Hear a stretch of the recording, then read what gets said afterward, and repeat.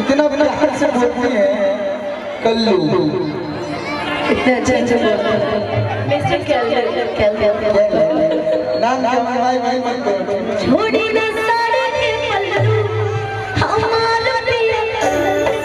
कि दे दिल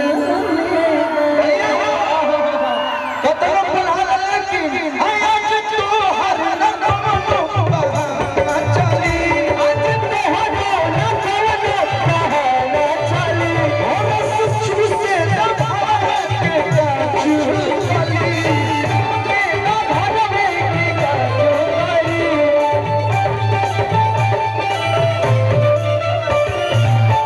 मौसम गया जगह बाज लगना,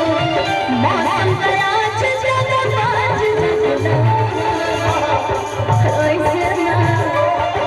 ऐसे ना करे कल चोरी भट्टी हो गए पहिया चोरी, लाज लगला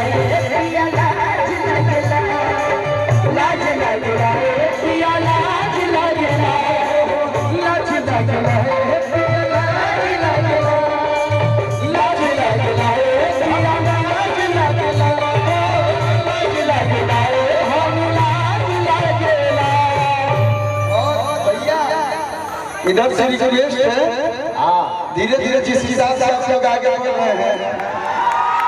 बाउंड्री को जो आप लोग क्रॉस कर रहे हैं, क्या विचार हो नया पिस्टल लिया बन किल के,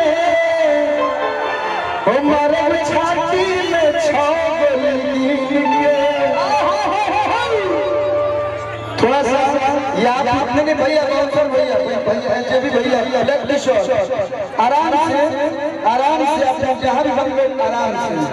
आप लोग आगे रहिए या पीछे रहिए, थोड़ा सा आराम से। ये आप लोग के लिए कार्यक्रम कराया गया है राजेश भैया और उत्तर भारतीय विकास संस्था के पूरा मिल के आप लोग खातिर कार्यक्रम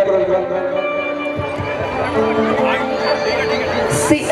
लगा सी